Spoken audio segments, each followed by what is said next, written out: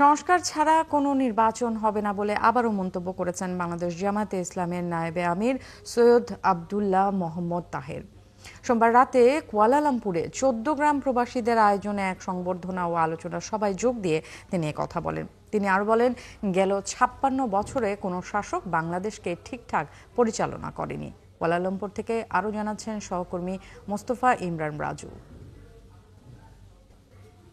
বাংলাদেশ জামাতে ইসলামের নায়েবে আমির আব্দুল্লাহ মোহাম্মদ তাহের প্রধান অতিথির বক্তৃতায় তিনি বলেন, সংস্কার হলে জানুয়ারিতেও নির্বাচনে আপত্তি নেই জামাতের। সংস্কার করে সাংবিধানিক ভিত্তি দিয়ে নির্বাচন জানুয়ারি করে জামাত ইসলামের কোনো আপত্তি নেই, কিন্তু সংস্কারবিহীন নির্বাচন বাংলাদেশের জনগণ মানবে না। জিয়াউর রহমানের বিএনপি ও খালেদা জিয়ার বিএনপি জনপ্রিয় হলেও বর্তমানের বিএনপি জনপ্রিয় নয় বলেও মন্তব্য করেন জামাতে ইসলামের নায়েবে আমির।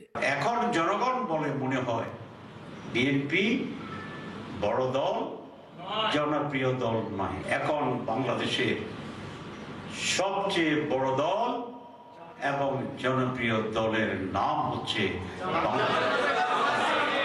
জামাত ক্ষমতায় গেলে নারীকে বোরকা চাপিয়ে দেয়া হবে না উল্লেখ করে তিনি বলেন, বেকারত্ব, দুর্নীতিমুক্ত এবং সর্বজন গৃহীত এক বাংলাদেশ নির্মাণে তারা কাজ করবে।